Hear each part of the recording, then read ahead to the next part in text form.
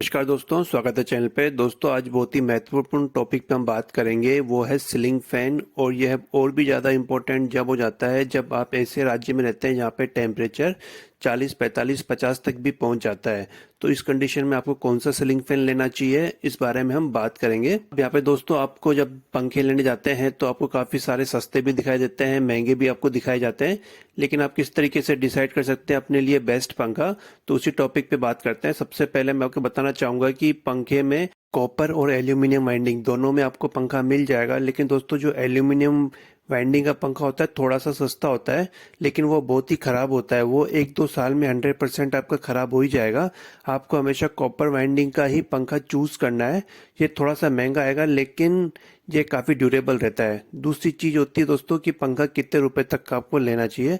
दोस्तों मैं आपको बताऊंगा कि पंखा जो होता है 1000-1200 रुपए का पंखा नहीं लेना चाहिए।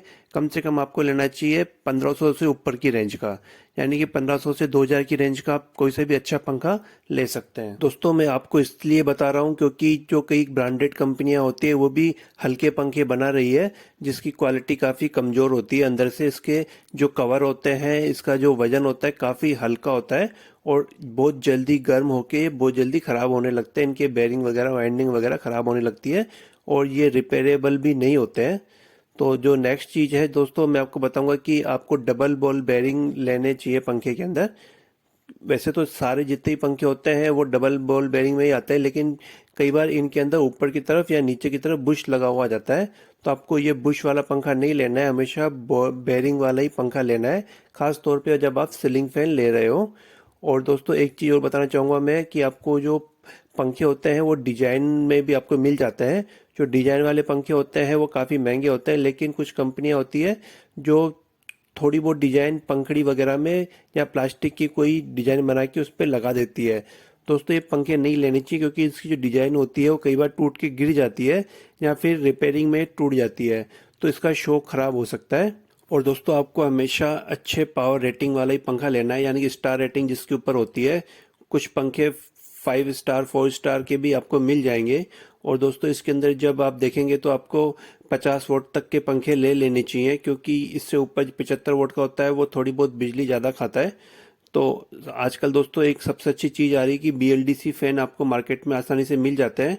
ये थोड़े बहुत महंगे आते हैं, यानी कि 4-5 हज़ार रुपये से स्टार्टिंग होती है इसकी, लेकिन ये काफ़ी बिजली आपकी बचाते हैं। आप इसको थोड़ी देर चलने के बाद में हाथ भी लगाएंगे तो ये काफ़ी गर्म नहीं होते हैं। बाकी जो अपने जो नॉर्मल पंखे होते हैं वो बहुत ज़्यादा गर्म हो जाते हैं। इसी वजह से जो इलेक्ट्रिसिटी वेस्टेज होती है वो हमारी हीटिंग में चली जाती है। तो यदि आप पंखा ले रहे हैं तो आप BLDC की तरफ जा सकते हैं और काफ़ी अच्छे होते हैं BLDC फैन। दोस्तों जो नेक्स्ट जो पॉइंट है वो मेरा है सर्विस सेंटर। क्योंकि दोस्तों आप ऑनलाइन पंखा खरीद लेते हैं, लेकिन उसका जो सर्विस सेंटर होता है वो आपके एरिया में नहीं होता है, तो इस वजह से आपको काफ़ी परेशानी होती है।